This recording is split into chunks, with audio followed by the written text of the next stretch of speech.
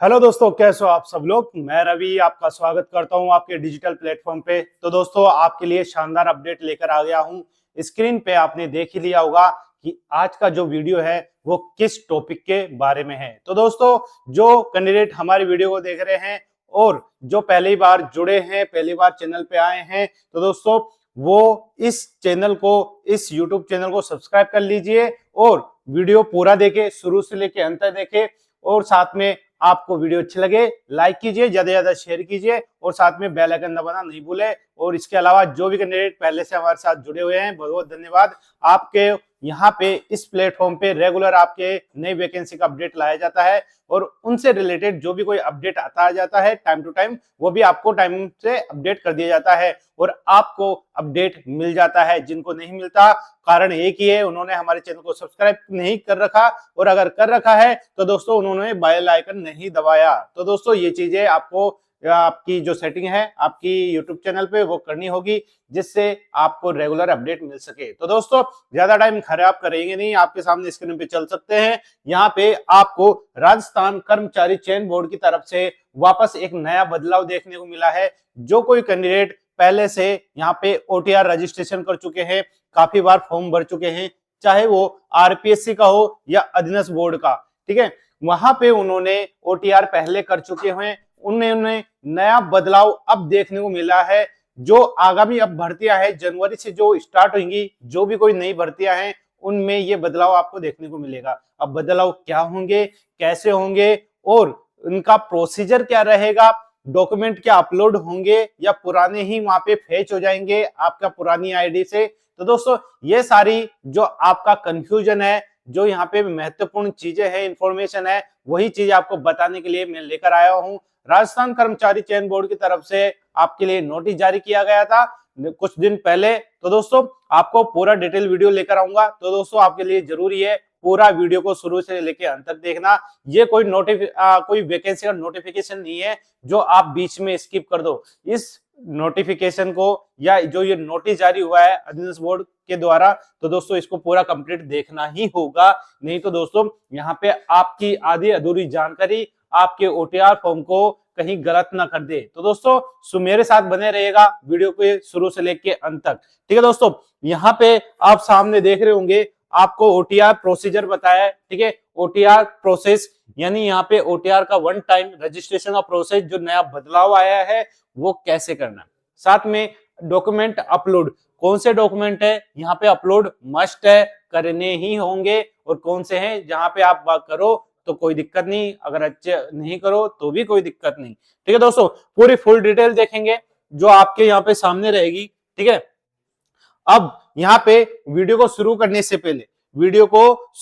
से पहले एक चीज और आपको बता देता हूं, आपके जो जनवरी में है कौन कौन से नोटिफिकेशन आ सकते हैं, एक नजर उस पे देख लीजिएगा, फिर चलते हैं आपके ओटीआर प्रोसेस पे। तो दोस्तों, यहाँ पे आपको जो जनवरी में है काफी वैकेंसी आपको देखने को मिलेगी, ठीक है। कौन सी? पहली, ठीक है, पहली वैकेंसी कौन सी है? आपकी एलडीसी, ठीक है, आपकी एलडीसी वैकेंसी है जो आपको देखने को मिलेगी 2026 में, ठीक है। या तो आपके जनवरी के पहले वीक में जारी हो जाएगी या फिर आपके जनवरी के दूसरे सप्ताह में जारी हो जाएगी, जो पहले से डिसाइडेड है। जो राजस्थान कर्मचारी चयन बोर्ड के जो अध्यक्ष है आलोक राज जी, तो उन्होंने यहाँ पे पहले ही बता दिया कि दूसरे सप्ताह में आपका जारी हो जाएगा। तो अगर हो सका तो पहले भी जारी हो जाएगा। डेट आपकी जो एग्जाम डेट है वो आपको पता ही होगी, ठीक है। जो इसकी एग्जाम डेट है वो आपको पता ही होगी। जिन्हें नहीं पता, तो दोस्तों आप हमारे चैनल पे प्लेलिस्ट में चल जाइएगा, वहां पे आपको राजस्थान कर्मचारी चयन बोर्ड वाला प्लेलिस्ट दिखेगी, फोल्डर दिखेगा। वहां पे मैंने ऑलरेडी आपका एक वीडियो बनाया था जिसमें आगामी जितनी भी भर्तियां होने वाली है, जो पुराने कैलेंडर में अभी डेट डिसाइडेड थी पर अभी उनका नोटिफिकेशन नहीं निकला, तो दोस्तों मैंने वो सभी एग्जाम, कम से कम 8 से 10 वैकेंसी है जिनके बारे में मैंने आपको जिक्र करा है, ठीक है। ये आपका एग्जाम डेट फिक्स है, लगभग ये आपके मान के चलो, ठीक है। आपके ये जो एग्जाम है वो आपके होगी जुलाई में। जुलाई की डेट कौन सी रहेगी? लगभग यहाँ पे आपकी जो डेट है वो रहने वाली है 5 से 6 जुलाई, ठीक है। 5 से 6 जुलाई की समथिंग रहने वाली है। इसके बाद में यहाँ पे आपको जो डेट दिखाई देने को मिलेगी, ठीक है, वो कौन सी होगी? यहाँ पे ये तो आपकी 5 से 6 जुलाई हो गई, ठीक है। और उसके बाद में यहाँ पे आपको और कौन सी आएगी? आपके वनपाल, ठीक है, वनपाल आएगी वन विभाग की तरफ से, ठीक है। ये कौन सी होगी? वन विभाग की तरफ से आपकी वैकेंसी होगी। उसके अलावा यहाँ पे आपकी ये जो आपके एलडीसी है वो सीईटी बेस रहेगी, ठीक है।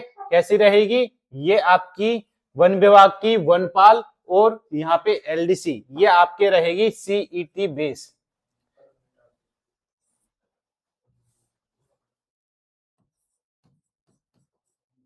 सीईटी बेस रहेगी आपकी वनपाल और आपकी एलडीसी। इसके अलावा यहाँ पे आपकी वन रक्षक, ठीक है, वन रक्षक की आपकी पोस्ट निकलेगी किसमें? वन विभाग में। ओके, ये आपकी तीसरी वैकेंसी हो गई। इसके बाद में आपकी चौथी वैकेंसी कौन हो गई? आपकी सर्वेयर, ठीक है, सर्वेयर की वैकेंसी हो गई। ये भी आपकी किसमें रहेगी? वन विभाग के अंतर्गत रहेगी। तो दोस्तों इसका मैंने वीडियो पहले बनाया था, किसका? आपके वनपाल, वन रक्षक और सर्वेयर का, जिसमें आपको बताया था आपकी उसमें कितनी नंबर ऑफ पोस्ट कितनी आने वाली है, उनकी एजुकेशन क्वालिफिकेशन कितनी रहने वाली है, जिसका मैंने डिटेल वीडियो बनाया था।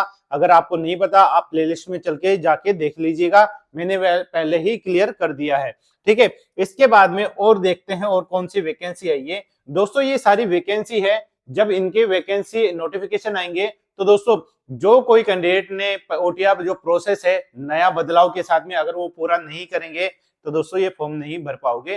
तो मैं ये वैकेंसी क्यों बता रहा हूं? क्यों आप एक नजर देख लीजिए कि अगर ये नोटिफिकेशन आएंगे, जो आएंगे फिक्स है अभी जनवरी में, पर उससे पहले आपको ओटीआर प्रोसेस पूरा करना होगा। डॉक्यूमेंट अपलोड के अगर कोई अधूरी है चीजें तो वो पूरी करनी होगी, अन्यथा आप फॉर्म फिल नहीं कर पाओगे, क्योंकि फर्स्ट प्रोसेस आपकी ओटीआर रहेगी। जैसे ही आप यहाँ पे एसएसओ आईडी लॉगिन करोगे तो सबसे पहले आपको ओटीआर का प्रोसेस के बारे में पूरा करना पड़ेगा। उसके अलावा डायरेक्ट तो कोई ऑप्शन नहीं है कि आप डायरेक्ट वहां पे फॉर्म फिल कर सको, सबसे पहले ओटीआर प्रोसेस करना होगा। अब मैं ये जो वैकेंसी बता रहा हूं उससे आपको अंदाजा लग जाएगा कि ये वैकेंसी है जो आगामी आने वाली है। तो ये आपकी जो ओटीआर प्रोसेस है वो आप हर स्टूडेंट पहले ही पूरी कर ले, जिससे उन्हें परेशानी ना आए। उसके बाद में इसके बाद में अनुदेशक की आएगी, ठीक है, कौन सी? कंप्यूटर अनुदेशक। कंप्यूटर अनुदेशक जिसमें आपके दो तरह की वैकेंसी आपको दिखाई देगी, जो पहले भी आपके आई थी। कौन सी? आपकी कंप्यूटर अनुदेशक में कौन सी आएगी? आपके एक तो सीनियर, ठीक है, सीनियर और जूनियर। आपके एक तो नॉर्मल बेसिक कंप्यूटर अनुदेशक, ठीक है, कौन सी? बेसिक, और आपकी यहाँ पे वरिष्ठ, ठीक है। वरिष्ठ को इंग्लिश में क्या बोला जाता है दोस्तों? यहाँ पे वरिष्ठ को बोला जाता है आपका यहाँ पे सीनियर, ठीक है। ये आपकी वैकेंसी है जो आपके आगामी आने वाली है। इसके अलावा और कौन सी है? इसके अलावा बता देता हूँ, आपका आएगा टैक्स असिस्टेंट, ठीक है। टैक्स असिस्टेंट की वैकेंसी आपको यहाँ पे देखने को मिलेगी, ठीक है। ये दोस्तों ये जो वैकेंसी मैं बता रहा हूँ ये आपके राजस्थान कर्मचारी चयन बोर्ड की तरफ से है। इसके अलावा आपके आरपीएससी भी काफी जो 2026 का कैलेंडर है वो जारी कर दिया है। मैंने ऑलरेडी पूरा डिटेल वीडियो बनाया है कि कौन कौन सी आगामी भर्तियां हैं जो आरपीएससी के द्वारा निकाली जा रही है और निकालेंगे, और उनकी एग्जाम डेट कब रहेगी। ये तो बात है अभी फिलहाल आपके अधीनस्थ बोर्ड की। इनके अलावा दोस्तों काफी वैकेंसियां हैं वो आपके आगे में आने वाली है। इसके अलावा एक और वैकेंसी है, कौन सी? आपकी महिला पर्यवेक्षक, ठीक है, महिला पर्यवेक्षक,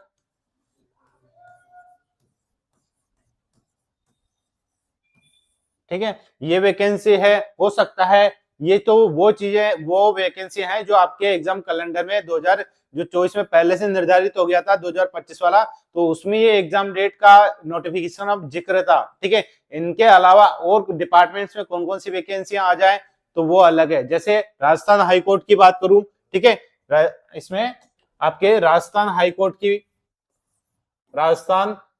हाईकोर्ट की बात करूं तो दोस्तों इसमें आपके 3 तरह की वैकेंसियां हैं जो आने वाली है। एक वैकेंसी तो ऑलरेडी आपके प्रोसेस में चल रही है, कौन सी? Group D. ठीक है, ग्रुप डी की वैकेंसी है जो आपके ऑलरेडी वहां पे चल रही है।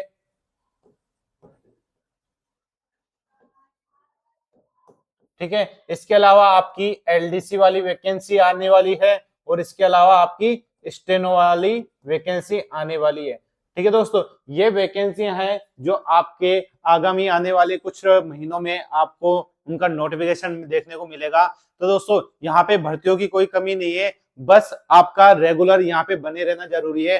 कोई फर्क नहीं पड़ता कि आपके कितने साल हो गए यहाँ पे कंपटीशन में, पर दोस्तों यहाँ पे जॉब उसे ही मिलेगी जो कंसिस्टेंटली अपनी कंपटीशन में बने रह रहा है, क्योंकि कंपटीशन है, उतार चढ़ाव होता रहता है। कभी आपका टाइम आएगा कंपटीशन में, कभी किसी और का आएगा।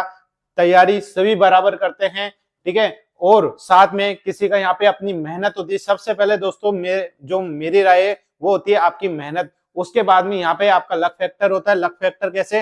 आपका जितना आपने अपनी स्टडी करी है इतने सालों में और प्रेजेंट में, तो दोस्तों वो आपका एग्जाम पेपर वो कैसा आता है, क्या आपका वहां पे पढ़े पढ़ाया आता है, अगर आ भी गया तो वहां पे आपका माइंडसेट कैसे काम करता है। ठीक है, बहुत जरूरी होती है ये चीजें, ये आपका मेहनत के अलावा आपकी ये अलग फैक्टर काम करते हैं। ठीक है दोस्तों, यहाँ पे आपके इतनी सारी वैकेंसियां मैंने बता दी है।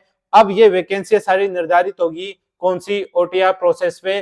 तो दोस्तों आपको ओटीआर प्रोसेस पे ले चलते हैं और देखते हैं सारी प्रोसेस। तो दोस्तों जो कैंडिडेट इस वीडियो में अभी तक बने रहे हैं, तो दोस्तों अब हो रही है ओटीआर प्रोसेस की बात कि कैसे यहाँ पे आपका जो ओटीआर प्रोसेस है उससे संबंधित दिशा निर्देश दिए जा रहे हैं। तो वो भी एक नजर देख लीजिए, आपको परेशानी ना आए। तो दोस्तों आपको कुछ नहीं करना, आपको सिर्फ बस अपने वीडियो है उसको चले रहना है बिल्कुल कंसिस्टेंटली, एक स्पीड से, तेज नहीं करना वीडियो, नहीं तो यहाँ पे इंपॉर्टेंट चीज क्या छूट जाएगी आपसे ये आपको भी नहीं पता चलेगा। ठीक है, मेरा काम बताने का है, सारी चीजें पॉइंट टू पॉइंट में बताऊंगा, एक भी चीज नहीं छोड़ूंगा। ठीक है, चाहे वो आप पहले से जानते हो या नहीं। ठीक है दोस्तों, यहाँ पे आपके ये ओटीआर का प्रोसेस जो आपका नोटिफिकेशन जारी करा था राजस्थान कर्मचारी चयन बोर्ड ने, तो दोस्तों यहाँ पे आपका भर्ती के ऑनलाइन, ठीक है, ये जो भर्ती है उनके ऑनलाइन आवेदन हेतु जो आपकी शैक्षणिक योग्यता है, ठीक है, एक तो आपकी एजुकेशन क्वालिफिकेशन वाली संबंधित, और साथ में आपके जो भी दस्तावेज है, ठीक है, दस्तावेज और प्रविष्टियां भरने की प्रक्रिया, यानी यहाँ पे आपकी जो एजुकेशन क्वालिफिकेशन है, आपके जो भी डॉक्यूमेंट्स है उनसे रिलेटेड यहाँ पे बदलाव किए गए हैं और उनसे संबंधित दिशा निर्देश यहाँ पे दिए गए हैं। ठीक है, अब यहाँ पे देखते हैं, ठीक है, क्या है यहाँ पे पूरा प्रोसेस दिखाया गया है। सबसे पहले क्या करना होगा? लॉगिन प्रक्रिया चलेगी। लॉगिन कैसे करते हैं? तो दोस्तों जो कैंडिडेट पहले से यहाँ पे रजिस्ट्रेशन कर चुके हैं या काफी एग्जाम दे चुके हैं उन्हें पता है आपकी यहाँ पे एसएसओ आईडी होती है। ठीक है, एसएसओ आईडी होती है जहां पे जाके आप अपना आवेदन है, एप्लीकेशन फॉर्म वो फिल करते हो। ठीक है, वो लॉगिन करना है आपको। ठीक है, लॉगिन करना है, लॉगिन करके रिक्वायरमेंट पोर्टल पे जाना है आपको। वहां पे आपका जो अपना डैशबोर्ड होता है वो ओपन होगा। अब वहां पे क्या होगा? आपके सामने ऑप्शन दिखाई देगा किस चीज का? Apply now. अप्लाई नाउ का ऑप्शन दिखाई देगा, इस पे आपको क्लिक करना है। क्लिक करने के बाद में दोस्तों यहाँ पे जो आपका रिक्वायरमेंट पोर्टल होता है उसके डैशबोर्ड पे आपको ये चीजें अप्लाई नाउ दिखाई देगा, जैसा कि यहाँ पे कहा गया है। ठीक है दोस्तों, जैसे मैंने बोला, जैसे रिक्वायरमेंट पोर्टल खुलेगा आपके सामने डैशबोर्ड होगा, डैशबोर्ड पे आपको अप्लाई नाउ का ऑप्शन दिखाई देगा, उस पर क्लिक करना है। ठीक है, यदि अभ्यर्थी ने, ठीक है, यदि अभ्यर्थी ने पूर्व में अपनी शैक्षणिक योग्यता के दस्तावेज दर्ज नहीं किए गए, यानी उन्होंने वो अपनी डिटेल है चाहे वो 10th 12th बीए जो भी आपकी योग्यता है वो डिटेल नहीं फिल करी तो सिस्टम उसे ओटीआर के डॉक्यूमेंट डिटेल पेज पर ले जाएगा।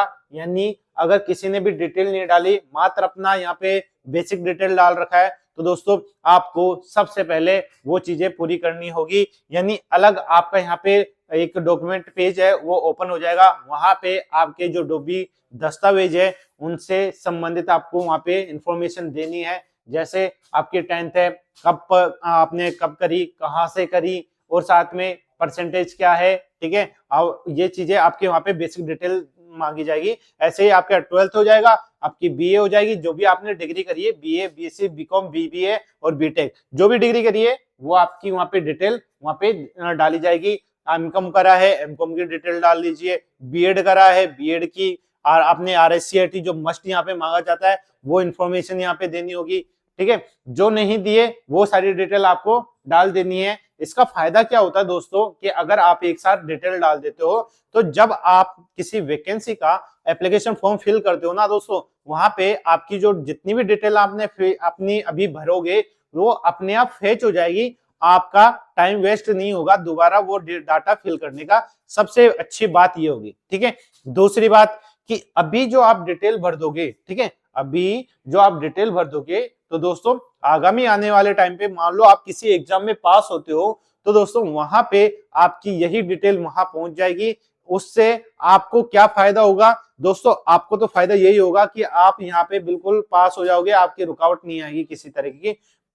प्लस यहाँ पे ये है, कोई भी अगर कैंडिडेट जालसाजी करके किसी गलत चीज का दुरुपयोग करके यहाँ पे अगर मेरिट में स्थान बनाता है तो दोस्तों वो भी इस भर्ती से जल्दी ही पहचान जाएगा, उनको फिल्टर कर लिया जाएगा, ठीक है। ये एक तरीके से उन जो असामाजिक तत्व होते हैं उनकी जो एंट्री होती है मेरिट में तो वो हटाने के लिए, उनको रोकने के लिए ये प्रोसेस किया जा रहा है, ठीक है दोस्तों।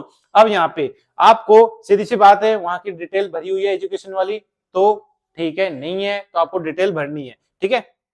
अब यहाँ पे अभ्यर्थी की जो ओटीआर डिटेल या डॉक्यूमेंट डिटेल है अपडेट नहीं है। मान लो किसी का यहाँ पे मान लो 10th 12th और बीए कर रखा है, कोई स्टूडेंट है उसने एमकॉम कर लिया या मास्टर डिग्री कर ली या कुछ ऐसा प्रोफेशनल डिग्री कर ली, वो भी डिटेल डालना चाहता है, अपना एक्सपीरियंस डिटेल भी डालना चाहता है तो दोस्तों वो भी अपडेट कर सकता है, ठीक है दोस्तों। यानी तो आप पॉपअप संदेश प्रदर्शित होगा, एक ओपन होगा, उसमें अपडेट और या फिर स्किप ऐसा कुछ आपको ऑप्शन दिखाई देगा।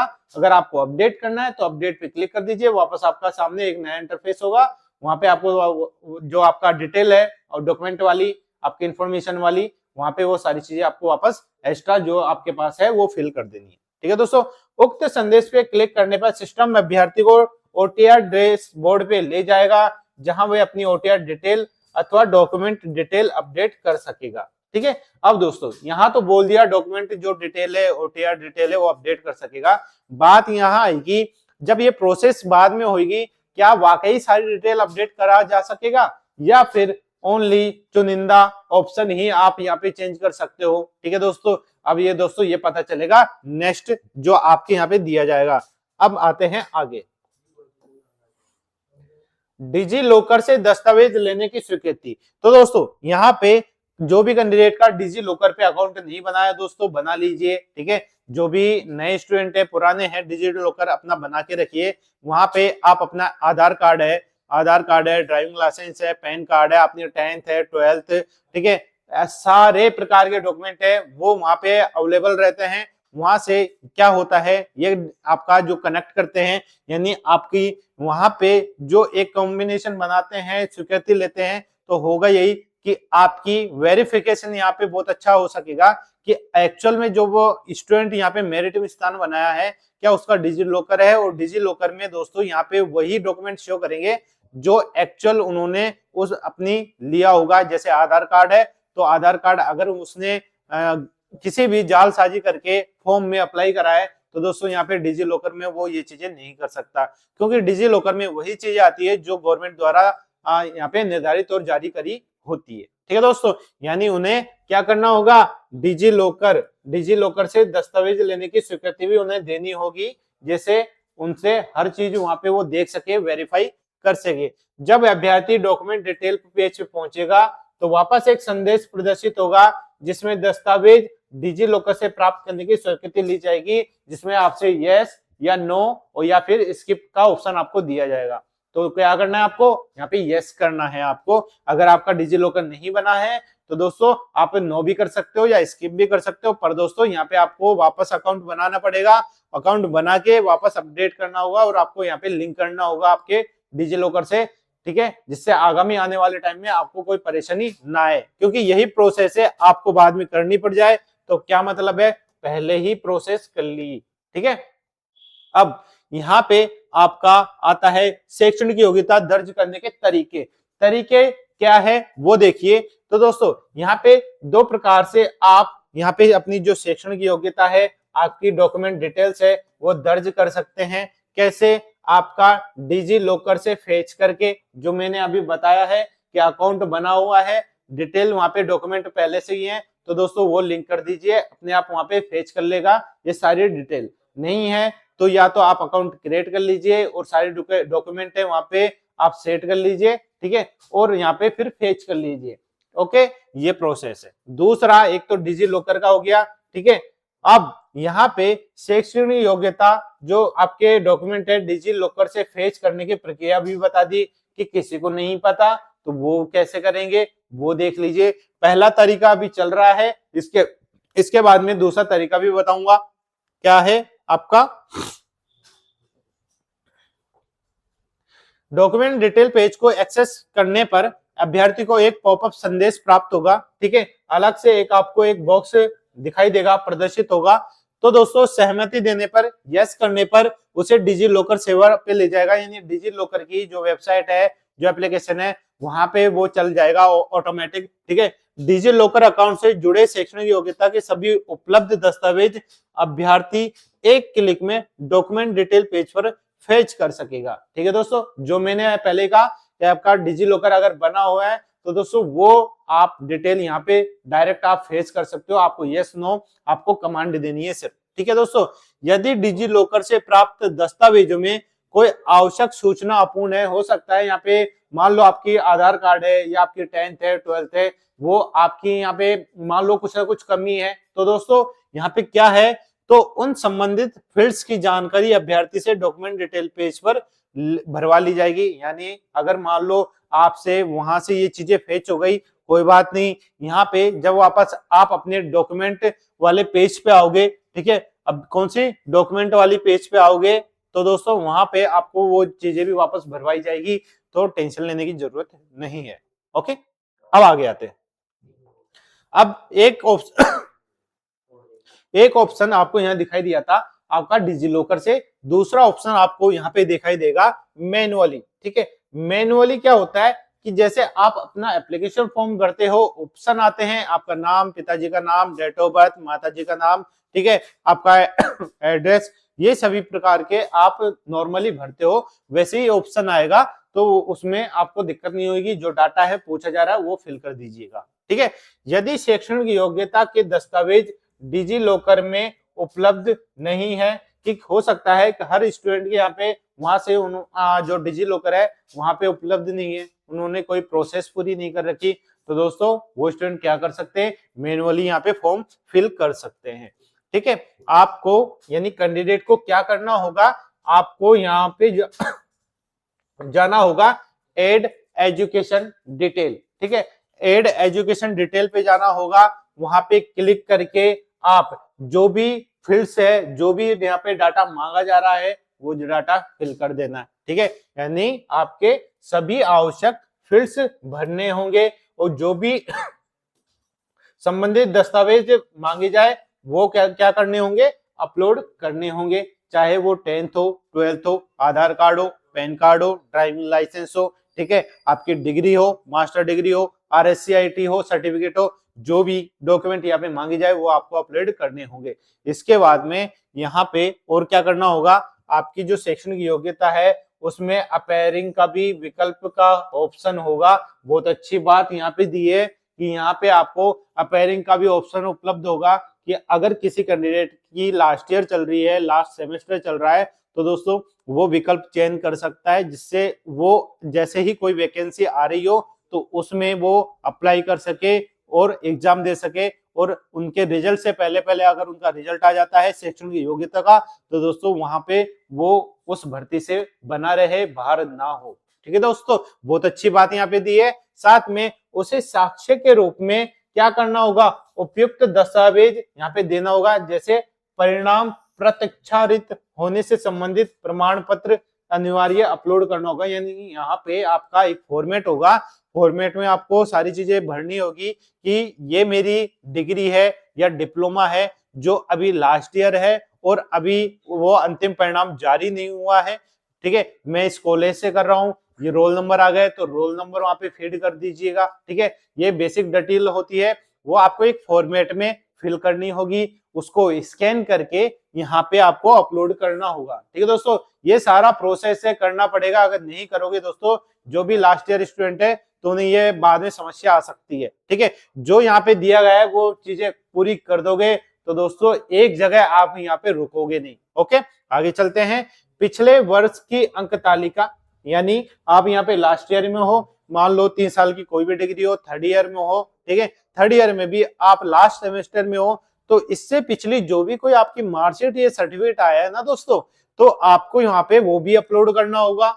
और संबंधित पाठ्यक्रम में प्रवेश ले लिया है तो प्रवेश फीस, यानी आपने थर्ड सेमेस्टर या थर्ड ईयर की कोई यहाँ पे आपने एंट्री ली है, एग्जाम डेट दे दी, एग्जाम दे दी, रिजल्ट बाकी है, तो दोस्तों वहां पे कोई ना कोई तो आपने फीस जमा कराई होगी ना दोस्तों, तो उसकी रिसिप्ट भी आपको स्कैन करके अपलोड करनी होगी। तो दोस्तों समझ रहे हो ना कि ये चीजें जो आपसे मांगी जा रही है ना, तो इसका प्रोसेस करने का क्या तरीका है और क्या यहाँ पे मीन्स निकल रहा है। यहाँ पे एक ही मीन्स निकल रहा है, जो भी कैंडिडेट जो गलत तरीके से यहाँ पे आते हैं, ठीक है, भर्ती में आते हैं, फाइनल मेरिट में आते हैं, तो दोस्तों वो एक जो जेन्युइन आपके कैंडिडेट होते हैं, स्टूडेंट होते हैं, उनकी जगह ले लेते हैं जालसाजी करके, गलत इंफॉर्मेशन भर के। तो दोस्तों ये चीजें ना हो, आपके जो जेन्युइन आपके स्टूडेंट हैं जो मेरिट में बन रहे हैं, वेटिंग में बन रहे हैं, तो उनके साथ ये धोखा ना हो। तो दोस्तों आपके लिए जो अधीनस्थ बोर्ड है ये नवाचार कर रहा है। हालांकि ये प्रोसेस है, पर दोस्तों करनी होगी, क्योंकि हो सकता है आपका भाई बहन, आपका दोस्त ऐसे ही वेटिंग लिस्ट में रह जाए। और वो वेटिंग लिस्ट आपके दोस्तों, वेटिंग लिस्ट में अगर आपका कोई कैंडिडेट ऐसा हो जो जालसाजी करके मेरिट में बना हो, तो दोस्तों आपकी तो मेरिट रह गई ना, वहां पे आप सिलेक्शन तो नहीं हुआ ना। अगर वो नहीं होगा तो दोस्तों हो सकता था आप लास्ट आपकी 1 पॉइंट हो, वहां पे आप सेलेक्ट हो जाते, या मेरिट आपकी मेन मेरिट में नंबर आ जाते, आपकी ज्वाइनिंग हो जाती। ठीक है दोस्तों, या फिर यदि अभी प्रवेश भी नहीं लिया है तो अवश्य नोटरी से सत्यापित पत्र की परीक्षा से पूर्व अर्हता हासिल कर लेगा। यानी यहाँ पे मान लो आप सेकेंड ईयर हो, थर्ड ईयर में चल गए, ठीक है, सेकेंड ईयर पास कर ली, थर्ड ईयर में जा रहे हो, तो दोस्तों अभी 1 साल बाकी है आपका गुजारना। तो क्या है, यहाँ पे आपको क्या करना होगा, नोटरी से आपको ये सारी चीजें सत्यापित करना होगी और लेटर बनवाना होगा, जिसमें क्या दिया जाएगा, यही कि मैंने सेकेंड ईयर पूरी कर ली है, मैं थर्ड ईयर में एंट्री ले ली है। ठीक है, मान लो अभी आपने फीस भी नहीं दी, ठीक है, फीस भी नहीं दी, पर यही चीज नोटरी में पूरी क्लैरिफाई करनी है कि मैंने सेकेंड ईयर कर ली, मैं बीटेक कर रहा हूँ, मैं बीए कर रहा हूँ, मैं बीएससी कर रहा हूँ, और जो आपकी सेकेंड ईयर की मार्कशीट है, सर्टिफिकेट है, वो साथ में अटैच करना है, नोटरी से बनवा लेना है कि ऐसा ऐसा है, तो मैं इसमें अप्लाई करना चाहता हूं, और वो स्कैन करके अपलोड कर देना है। ठीक है दोस्तों, अब सोच सकते हो कि जो यहाँ पे नवाचार चल रहा है आपके लिए, तो दोस्तों काफी कुछ यहाँ पे बदलाव है, बहुत अच्छे हैं। साथ में दोस्तों क्या चीज है, स्पष्ट, टेढ़े मेढ़े, blank, watermark, online web tools का प्रयोग करके श्रिंक किए गए अस्पष्ट दस्तावेज मान्य नहीं होंगे। तो दोस्तों जो भी डॉक्यूमेंट यहाँ पे आप अपलोड करो, बिल्कुल स्कैन करना है, आपके स्कैनर से, कंप्यूटर से, मोबाइल से करो तो आपकी जो क्लियरिटी है बिल्कुल सही आनी चाहिए, और वही अपलोड करें। अगर ब्लर आए या कोई आप यहाँ पे किसी भी तरीके का सॉफ्टवेयर यूज करके गलत तरीके से रिप्रेजेंट करते हो और डॉक्यूमेंट अपलोड करते हो, तो दोस्तों यहाँ पे आपको ही दिक्कत होगी बाद में। और अगर ऐसा पाया जाता है तो दोस्तों क्या होगा आपके साथ में, आपके साथ में यहाँ पे बहुत बुरा हो सकता है। आपको अपात्र कर दिया जाएगा, डिबार घोषित कर दिया जाएगा। ठीक है दोस्तों, ये चीजें आपके साथ हो सकती है, तो ऐसी चीजें ना ही करे और अपनी जो प्रोसेस है बिल्कुल सही रखे। ठीक है दोस्तों, अब आवेदन पत्र भरने की ये प्रोसेस थी आपकी ओटीआर की। ठीक है, अब और क्या बचा है और क्या बदलाव देखने को मिल रहा है वो देखिए। अभ्यर्थी द्वारा जो आपका लॉगिन होता है, ठीक है, लॉगिन डैशबोर्ड होता है, लॉगिन डैशबोर्ड पर ओटीआर और डॉक्यूमेंट डिटेल्स की सभी आप डिटेल भरने के बाद, ठीक है, अप्लाई नाउ पे क्लिक करके आवेदन पत्र भर सकेगा।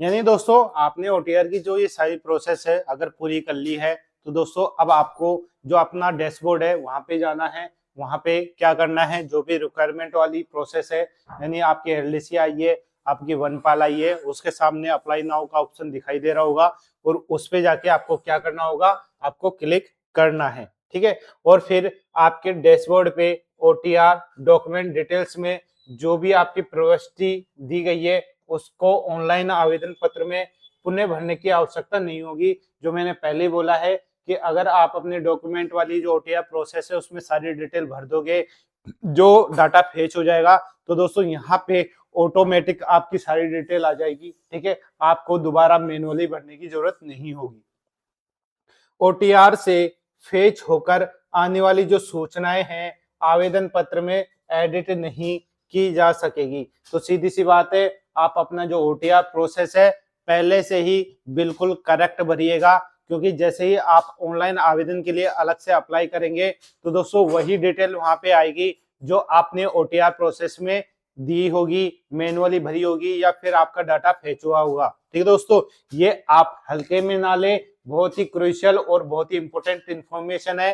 ठीक है दोस्तों, यहाँ पे कोई भी अभ्यर्थी है जो सूचना में परिवर्तन करना चाहता है तो उसे सर्वप्रथम उसे क्या करना होगा, दोस्तों यहाँ पे सर्वप्रथम जो सबकी संबंधित सूचना है ओटीआर में जाके अपडेट करनी होगी।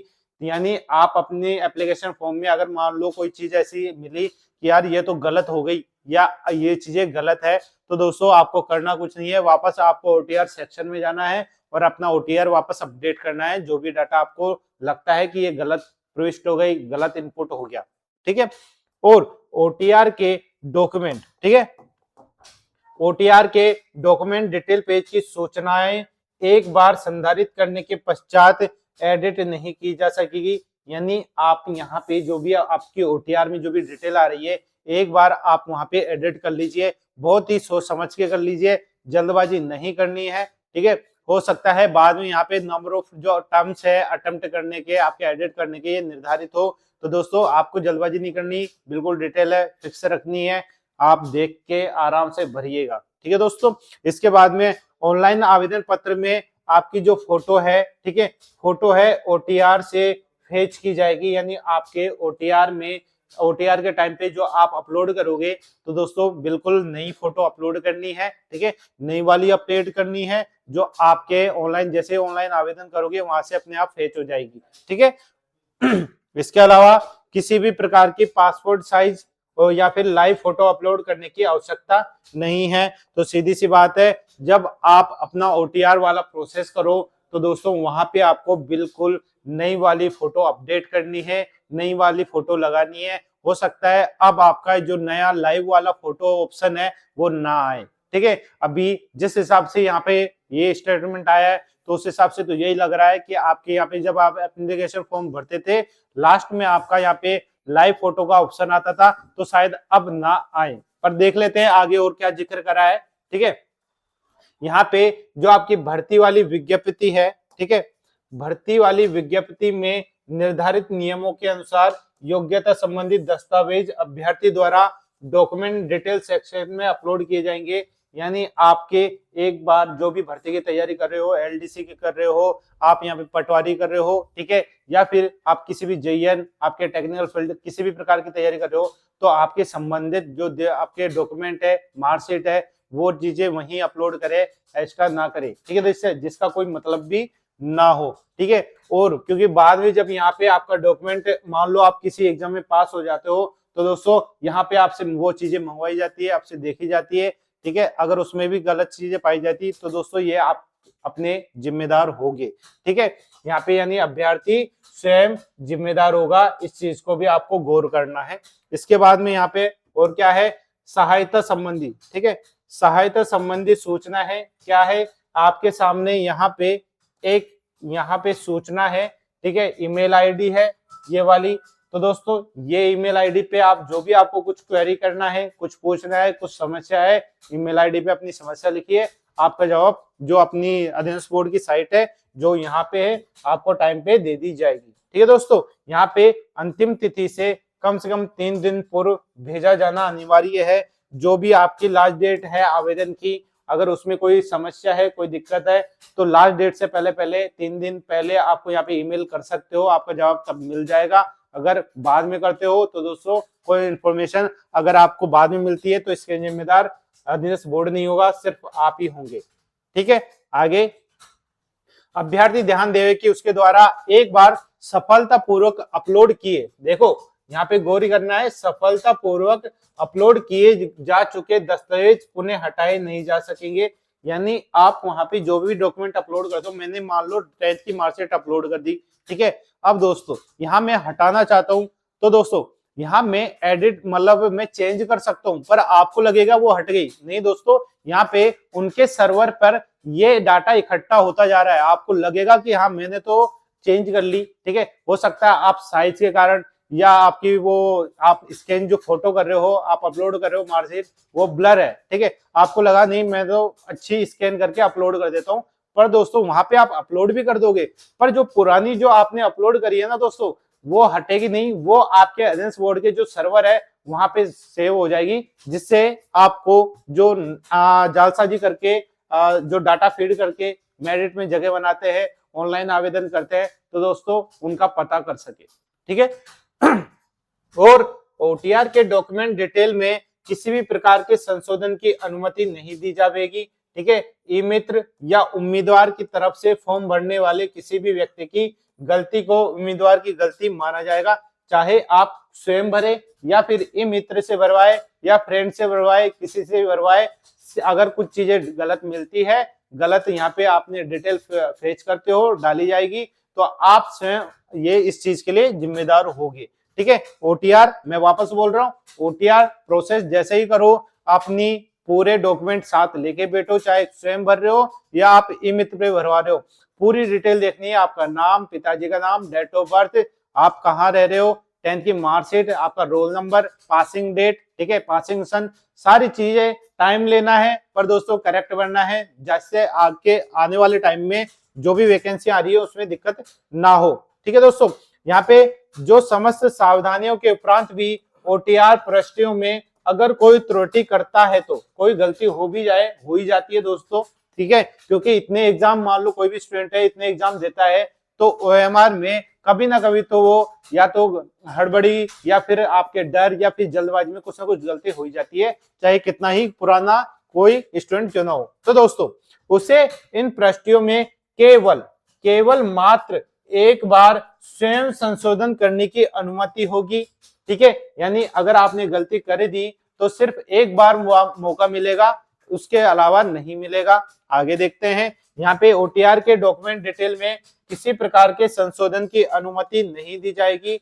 एक बार के उपरांत यदि पुनः त्रुटि संशोधन की आवश्यकता होती है तो उसे इस कार्य के लिए कहाँ जाना होगा, राजस्थान लोक सेवा आयोग में संपर्क करना होगा।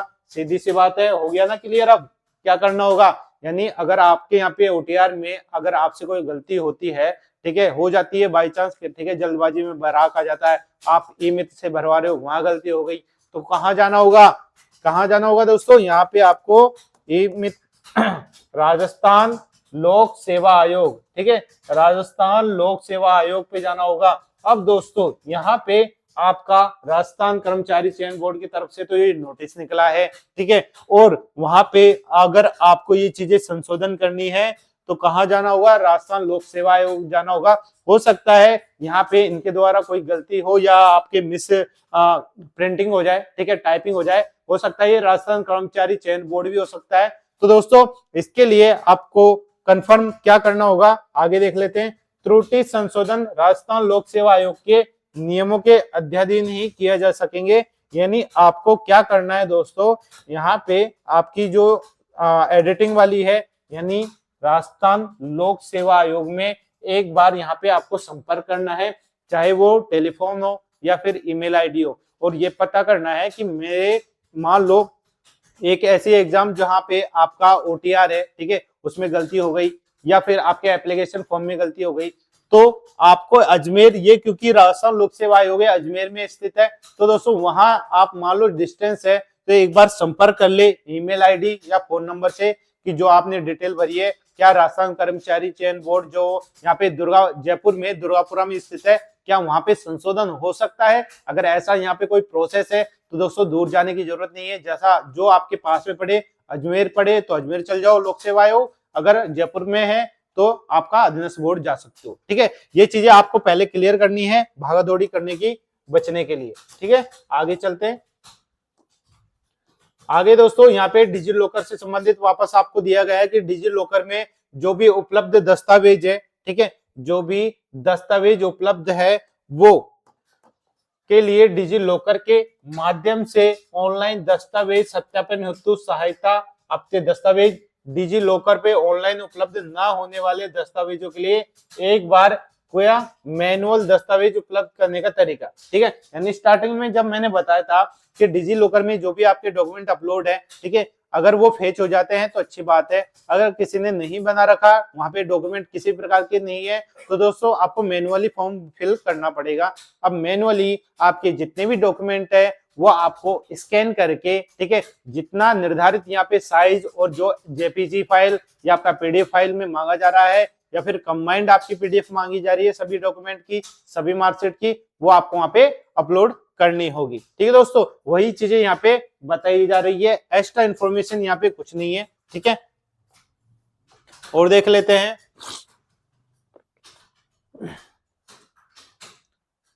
उम्मीदवार प्रोफाइल में एक बार के दस्तावेज सत्यापन को पूरा करने की चरण, यहाँ पे पूरा प्रोसेस भी बता दिया गया है कि कैसे आप यहाँ पे पूरे दस्तावेज जो सत्यापन है उसके लिए अपलोडिंग का क्या क्या यहाँ पे करना होगा, ठीक है। सारी प्रोसेस यहाँ पे बताई गई है। लॉगिन करना होगा सबसे पहले, ठीक है, लॉगिन करना होगा यहाँ पे, उसके बाद में भर्ती पोर्टल पर लॉगिन करोगे, कैसे, एसओसओ आईडी से, ठीक है।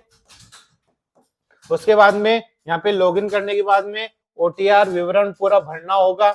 उसके बाद में अपने प्रोफाइल में डॉक्यूमेंट डिटेल होगा, ठीक है, एक पोर्शन होगा, आप लेफ्ट साइड में जाओगे तब आपके ऑप्शन दिखाई देगा, वहां पे डॉक्यूमेंट वाला सेक्शन दिखाई देगा, ठीक है। वहां पे आपको सारे डॉक्यूमेंट अपलोड करने हैं जो भी वहां पे मांगे जा रहे हैं। आपका 10th 12th आपकी जो डिग्री करी है, पोस्ट ग्रेजुएशन करा है, आपने यहाँ पे RSCIT करा है जो यहाँ पे मांगा जाता है, साथ में आपके जो भी यहाँ पे प्रोफेशनल डिग्री जो भी आपने कर रखी है, एक्सपीरियंस जो आपने ले रखा है, वो सारी डिटेल वहां पे अपलोड कर देनी है विद फॉर्मेट, विद जो भी आपका सर्टिफिकेट आ रहा है, ठीक है दोस्तों। ये आपका इस तरह से वहां पे आपको इंटरफेस दिखाई देगा। किसी को अगर कोई तक कंफ्यूजन था तो ये इस तरह का आपका यहाँ पे इंटरफेस है, ठीक है, देख सकते हो।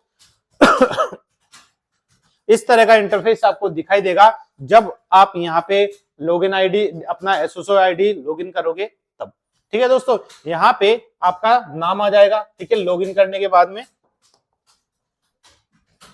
यहाँ पर आपके नेम आ जाएगा जो भी कैंडिडेट यहाँ पे अपना लॉगिन करोगे, ठीक है। उसके बाद में दोस्तों यहाँ पे ओटीआर से संबंधित आपके दिशा निर्देश आ जाएंगे, ठीक है, ओटीआर से संबंधित दिशा निर्देश आ जाएंगे। और यहाँ पे परफॉर्मेंस समरी आ जाएगी, यानी इस वाले सेक्शन में आपके जो नंबर दिखाई देंगे वो होंगे जो अब तक आपने जो फॉर्म आए हैं और आपने अप्लाई करा है। उसके बाद में ये ऑप्शन में क्या दिखाई देगा, जो आपने एप्लीकेशन फॉर्म भरा है, आपके एडमिट कार्ड आया है और आप एग्जाम में अपीयर हो गए, दिए, तो दोस्तों यहाँ पे वो काउंट हो जाएगा कि इतना तो फॉर्म भर लिए अपने अब तक और इतने एग्जाम में आप अटेम्प्ट कर लिए या एग्जाम में बैठे हो।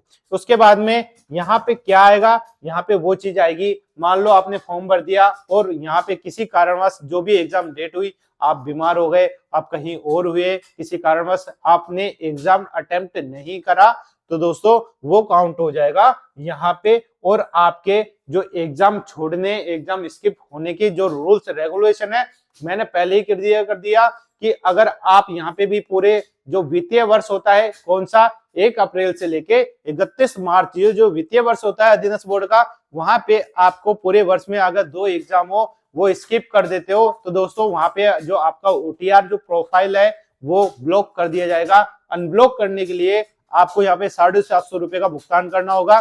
इसके बाद में भी उसी वित्तीय वर्ष में कोई भी 2 एग्जाम वापस आपसे स्किप हो जाती है, तो दोस्तों वापस आपको यहाँ पे आपकी जो ओटीआर जो आपकी प्रोफाइल है वापस ब्लॉक कर दी जाएगी। वापस अनब्लॉक करने के लिए इस बार 1500 रुपए का यहाँ पे शुल्क भुगतान करना पड़ेगा, ठीक है दोस्तों। और इसके बाद में दोस्तों कम गुंजाइश होती है कि वापस कोई 2 एग्जाम स्किप हो किसी भी स्टूडेंट से, ठीक है दोस्तों। इसके अलावा यहाँ पे आपका फोटो हो जाएगा जो आपने अपलोड करा है, आपका नाम आ जाएगा, यहाँ पे आपके कॉन्टेक्ट नंबर जो भी मोबाइल नंबर डाले हो, यहाँ आपकी डीओबी, ठीक है, यहाँ पे जाके एडिट कर सकते हो आप। यहाँ पे आपका पिताजी का नाम, आपकी जेंडर आ जाएगा, किस कैटेगरी से हो, ठीक है, दिव्यांगजन कैंडिडेट हो तो यहाँ पे आ जाएगा, ओके।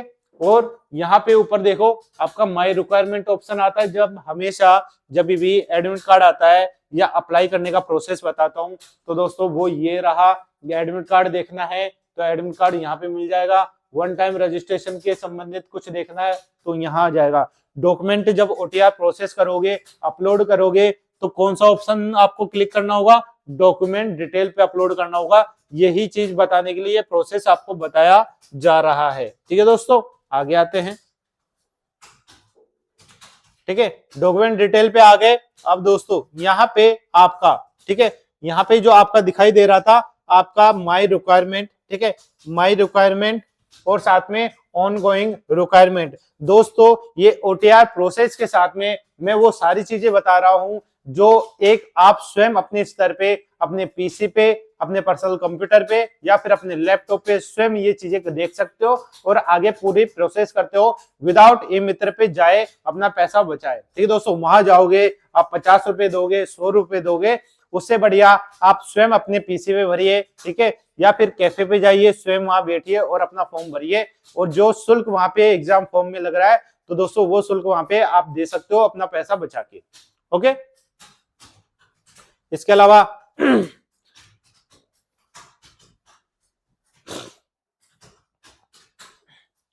अब यहाँ पे दोस्तों आपको जो डिटेल डॉक्यूमेंट डिटेल्स पे जाओगे तो दोस्तों वहां पे अप्लाई नाउ पे क्लिक करना होगा, ठीक है, अप्लाई नाउ होगा उस पे क्लिक करना होगा। ओटीआर डिटेल और डॉक्यूमेंट डिटेल अपडेट नहीं है तो उसे अपडेट करने के लिए वापस एक ऑप्शन आएगा, उस पे क्लिक कर देना है, नहीं है तो नेक्स्ट कर देना है, ठीक है। अगर ऐसा होता है तो आपके सामने क्या आएगा, इस तरह का ऑप्शन दिखाई देगा कि योर ओटीआर, ठीक है, मान लो किसी का ओटीआर में डिटेल नहीं है तो क्या आएगा, your OTR details and document details are incomplete. अगर वो कंप्लीट नहीं है तो वो बोलेगा please update your OTR details and document uploading, ठीक है। तो दोस्तों यहाँ पे आपकी जो रिक्वायरमेंट प्रोसेस है वो आपको फिल करनी होगी, ओके दबाना होगा, आगे नेक्स्ट प्रोसेस स्टार्ट हो जाएगी। इस तरह से वापस आपका ये डिटेल जारी हो जाएगी और डिजी लॉकर से संबंधित यहाँ पे आपसे मांग लिया जाएगा। कुछ इस तरह का आपका इंटरफेस और ऑप्शन आपको पॉपअप दिखाई देगा जिसमें लास्ट में आपको यहाँ पे सबमिट बटन दिखाई देगा। सारी डिटेल आपको पढ़ लेनी है और उसके बाद में यहाँ पे सबमिट कर देना है, ठीक है दोस्तों। इसके बाद में आपका जो ओडीबी है, ठीक है, पूरा करने के लिए एक मोड चुने, ठीक है। अब दोस्तों यहाँ पे डिजी लॉकर से विवरण प्राप्त करें, क्या क्या यहाँ पे आपका सारे ऑप्शन दिखाई देंगे, ठीक है, सारे ऑप्शन। दस्तावेज विवरण अनुभाग में प्रवेश करने पर एक पॉपअप दिखाई देगा, ठीक है, एक पॉपअप दिखाई देगा। उम्मीदवार डिजी लॉकर सेवा पर पुनर्निर्देशित करने की अनुमति मांग सकता है और साथ में जो भी संबंधित दस्तावेज प्राप्त कर सकते हैं। ठीक है, और डिजी लॉकर से जो खाते में जोड़े गए हों, एक बार प्राप्त हो जाने के बाद में सत्यापित जानकारी स्वतः ही सिस्टम में भर जाती है। ठीक है, जो पैरामीटर है डिजी लॉकर से प्राप्त करने के वो कुछ इस प्रकार है। तो दोस्तों यहाँ पे देख लीजिए, जो भी यहाँ पे मैनुअली भरोगे आप तो ये डिटेल आपसे यहाँ पे मांगी जाएगी। ठीक है, तो देख सकते हो बेसिक डिटेल है, कोई भी आपकी 10th हो 12th हो आपकी डिग्री हो, बेसिक डिटेल मांगी जाएगी। ठीक है, क्या कौन सी क्वालिफिकेशन है, कहाँ से करी है, और साथ में आपका यहाँ पे रोल नंबर क्या है, कौन से सन में पास करी है, टोटल मार्क्स कितने थे, कितने मार्क्स आए, परसेंटेज कितनी बनी, फर्स्ट डिवीजन है, सेकंड डिवीजन है, परसेंटेज है या सीजीपी है, ये वो सारी डिटेल यहाँ से आपसे मांग ली जाएगी।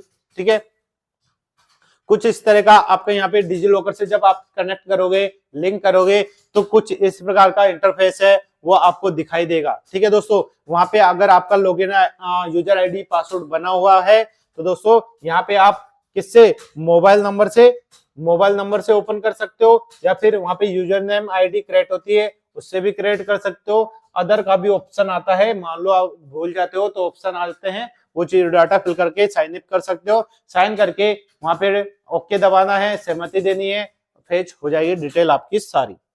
ठीक है, आगे चलते हैं।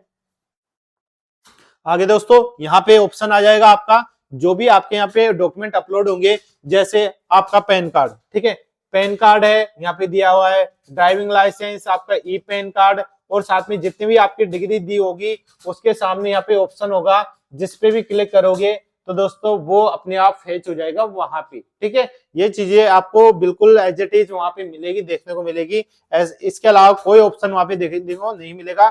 जो भी डॉक्यूमेंट वहां पे क्लिक करोगे राइट मार्क होगा, नीचे आपको ऑप्शन दिखाया होगा अलाउ जैसे ही करोगे तो दोस्तों ये सारी डिटेल अपने आप ओटीआर में आपको फेच दिखाई दे जाएगी बाद में। ठीक है दोस्तों, ये चीजें इस प्रकार है जो आपके डिजी लॉकर से डायरेक्ट आप एक्सेस करोगे। इसके अलावा आप यहाँ पे मैनुअली भरोगे तो दोस्तों यहाँ पे मैनुअली भरने का और साथ में डॉक्यूमेंट जो अपलोड करने का है वो क्या है, यहाँ पे आपका आवश्यक मार्कशीट या प्रमाण पत्र अपलोड करें। क्या क्या, जो भी डिग्री आपने कर रखी है, ठीक है, जो भी डिग्री आपने कर रखी है उसकी हर एक डिटेल यहाँ पे आएगी। ठीक है, जैसे ग्रुप कौन सा है, लेवल डिटेल्स है, किस यूनिवर्सिटी से है या किस बोर्ड से है, आपका रोल नंबर क्या था, एनरोलमेंट नंबर, किस सन में पास हुए, और आपकी रेगुलर है, डिस्टेंस से है वो डिग्री। ठीक है, और साथ में आपका ओवरऑल रिजल्ट है, पास है, फेल है, अपेयरिंग है, आपके टोटल मार्क्स कितने हैं, आपके ऑप्टेन मार्क्स जितने, यानी ऑप्टेन का मार्क्स क्या मतलब होता है, कितना आपने प्राप्त करा। उसके बाद में आपका परसेंटेज है या सीजीपीए है। ओके, आपका वहां पे एडिशनल सब्जेक्ट कोई एक्स्ट्रा भी है, अटेम्प्ट कितनी बार में हुआ है आपकी वो डिग्री, एक बार, दो बार, ये नए नए ऑप्शन है आपको देखने को मिलेगी। साथ लास्ट में जाके आपको यहाँ पे मार्कशीट अपलोड करनी होगी, साथ में उसका सर्टिफिकेट अपलोड करना होगा। अगर मार्कशीट और सर्टिफिकेट अलग अलग है तो अलग अलग अपलोड करने होगा, अगर एक ही में ही आपका वो मार्कशीट और सर्टिफिकेट है तो दोस्तों यहाँ पे आपको एक ही अपलोड करनी पड़ जाएगी दोनों जगह। ठीक है दोस्तों, ये इस चीज का आपको ध्यान रखना है जब मैनुअली आप यहाँ पे फिल करोगे, और ये डाटा फिल करने के बाद में क्या करना होगा, आपको सेव कर देना होगा। इसके बाद में यहाँ पे यदि किसी विकल्प या विवरण की जानकारी उपलब्ध नहीं है तो आवश्यक जानकारी को जोड़ने के लिए क्या करना होगा, आपको मेल करना होगा। ये मेल की आपकी आईडी यहाँ पे आ गई। ठीक है, आपका ये वाली मेल है, इस पे आपको मेल कर देनी है। और कृपया ध्यान दें, अनुरोध आवेदन पत्र की अंतिम तिथि से कम 3 दिन पूर्व भेजा जाना अनिवार्य है। मान लो आपके इस थ्रू यहाँ पे कोई डिटेल यहाँ पे फिल नहीं हो रही, कोई समस्या हो रही है, तो दोस्तों सारी डिटेल है आपको यहाँ पे इस ईमेल आईडी पे भेज देनी है। कब, जब आपकी लास्ट डेट हो उससे पहले पहले। तो होगा क्या, फायदा क्या होगा, मान लो यहाँ पे आप ऑनलाइन आवेदन नहीं कर पा रहे, साइट बिजी है या कुछ भी कारण, तो दोस्तों यहाँ पे आपके जो आवेदन है वो फिल हो जाएगा। ठीक है, अपडेट करने के लिए और देखने के लिए कि भरा है या नहीं भरा, आप अपनी एसओसो आईडी लॉगिन करके इस चीज को देख सकते हो। ठीक है, और जो आपका डिजी लॉकर में सहमति देने का ऑप्शन है, कुछ इस प्रकार आपके सामने पॉपअप दिखाई देगा। अगर आप एग्री हो तो एग्री करिए, अगर डिसएग्री हो तो डिसएग्री करिए। ठीक है दोस्तों। इसके अलावा दोस्तों जो भी कैंडिडेट हमारी वीडियो देख रहे हैं अभी तक, बहुत अच्छी बात है। तो दोस्तों ये जो वीडियो है स्किप करने वाली नहीं है, ये कोई गवर्नमेंट की वैकेंसी का नोटिफिकेशन नहीं है कि दोस्तों मैं तो एलडीसी के लिए अप्लाई हूं, बाकी मेरे लिए मतलब की बात नहीं है। नहीं दोस्तों, ओटीआर प्रोसेस है, हर एक ऑप्शन आपको आज नहीं तो कल जरूरत पड़ेगी देखने के लिए। और आपको अगर जरूरत पड़ेगी तो दोस्तों कहाँ आना है, आपको हमारे प्लेटफॉर्म पे आना है, सरकारी जॉब अलर्ट 24/7 पे आना है। आपको ये पूरी प्रोसेस, पूरी डिटेल वीडियो आपको देखने को मिल जाएगी। ठीक है, यहाँ पे आपका अपेयरिंग वाला ऑप्शन है जो पहले ही बता दिया। ठीक है, इस तरह से आपका जब आप सारी डिटेल फिल कर दोगे तो सब कुछ डिटेल यहाँ पे आ जाएगी। आपकी यहाँ पे 10th आ जाएगी। ठीक है, यहाँ पे आपकी 12th की इंफॉर्मेशन आ जाएगी, यहाँ पे आपका डिग्री की डिटेल आ जाएगी, और यहाँ पे आपकी पोस्ट ग्रेजुएशन की डिटेल, डिप्लोमा करा है डिप्लोमा की डिटेल, या अदर कोई भी सर्टिफिकेट जैसे RSC कंप्यूटर डिप्लोमा, ठीक है, या ऐसा प्रोफेशनल डिप्लोमा सर्टिफिकेट जो आपने एक्स्ट्रा कर रखा है, वो सारी डिटेल यहाँ पे अपने आप फेच हो जाएगी। और आपका अगर वापस वहां पे डॉक्यूमेंट अपलोड मांगा जाए तो यहाँ पे आपको चूज फाइल करके वापस डॉक्यूमेंट अपलोड कर देने हैं अगर आपने पहले नहीं कर रखा हो। ठीक है दोस्तों, इस तरह ये ऑप्शन पहले भी आते थे, ये कोई नए ऑप्शन नहीं है, पहले भी आते थे। बस अगर आप ओटीआर जो प्रोसेस है वहां पे डाटा फिल कर दोगे तो दोस्तों दोबारा यहाँ पे आपको फिल करने की जरूरत नहीं पड़ेगी, वो ये आपस में ही फेच हो जाएगी सारी डिटेल। ठीक है दोस्तों, ये आपकी इंफॉर्मेशन थी। ठीक है, तो दोस्तों ये आपका पूरा ओटीआर वाला प्रोसेस है, डॉक्यूमेंट अपलोड करने का सारा डिटेल मैंने बिल्कुल आपको टाइम लिया है, हो सकता है इसमें टाइम लग गया हो इस वीडियो में, पर दोस्तों आपको वो सारी इंफॉर्मेशन दी है जो आपके लिए महत्वपूर्ण है। और ये जो इंफॉर्मेशन है आपको हमेशा पूरे साल भर जब तक कोई नया चेंज नहीं होगा तब तक यही प्रोसेस देखने को मिलेगी। तो दोस्तों ये इंफॉर्मेशन है जो कभी चेंज होने वाली नहीं है। और दोस्तों जो कैंडिडेट इस वीडियो को देख रहे हैं, चैनल को सब्सक्राइब नहीं करा हो दोस्तों सब्सक्राइब कर लीजिए, वीडियो अच्छे लगे लाइक कीजिए, शेयर कीजिए, बेल आइकन दबाना ना भूले। और दोस्तों साथ में आपको इंफॉर्मेशन दे देता हूं, आपको पहले ही बता दिया, आपको यहाँ पे आपकी नई वैकेंसियां हैं जो जल्द ही आपके सामने दिखाई देगी, और उसका जिक्र है मैंने पहले ही आपसे कर दिया है। कौन कौन सी, यहाँ पे आपके कम से कम 7-8 प्रकार की वैकेंसियां हैं या ज्यादा, ये तो वो है जो पहले से डिसाइडेड है, और आगामी जो भर्तियां आने वाली है उनका वो तो अलग ही है। ठीक है दोस्तों, आपके सामने 2026 में भर्तियां हैं। अभी आरपीएससी ने कैलेंडर जारी कर दिया, जल्द ही आपके अधीनस्थ बोर्ड भी जल्दी जारी कर देगा आपका आगामी कैलेंडर। ठीक है, आपका रेलवे ने 2026 का एग्जाम कैलेंडर जारी कर दिया है, और आपके इसी आपके महीने में एसएससी ने 2026 का जल्द ही जारी करने वाला है आपका एग्जाम कैलेंडर। तो दोस्तों यहाँ पे आपकी जो वैकेंसियां हैं, आपकी भर्तियां हैं, कोई भी कमी नहीं होगी। इनके अलावा आपका बैंक सेक्टर, फाइनेंस सेक्टर, काफी आपकी वैकेंसियां साल भर दिखाई देने वाली है। तो दोस्तों इस बार मौका मत छोड़िएगा, क्योंकि वैकेंसियों की भरमार है, भर्तियों की भरमार इस बार वापस देखने को मिलेगी। तो दोस्तों इसी वीडियो के साथ में, इसी इंफॉर्मेशन के साथ में इस वीडियो को मैं समाप्त करता हूं। आशा करता हूं आपको वो इंफॉर्मेशन जो आप जानना चाहते हो सारी मैंने दे दी है और आपको समझ में आई होगी। फिर भी किसी को कोई प्रकार की समस्या होती है, कोई दिक्कत नहीं है दोस्तों, आप हमारी वीडियो चैनल है वो वीडियो उसके कमेंट बॉक्स में कमेंट कर देना है, आपका जवाब तुरंत मिल जाएगा। या फिर आप हमारे वीडियो के डिस्क्रिप्शन बॉक्स में 2 लिंक मिलेंगे, एक इंस्टाग्राम का, एक हमारे टेलीग्राम चैनल का, वहां पे भी आपको सारी चीजें इंफॉर्मेशन मिल जाएंगी।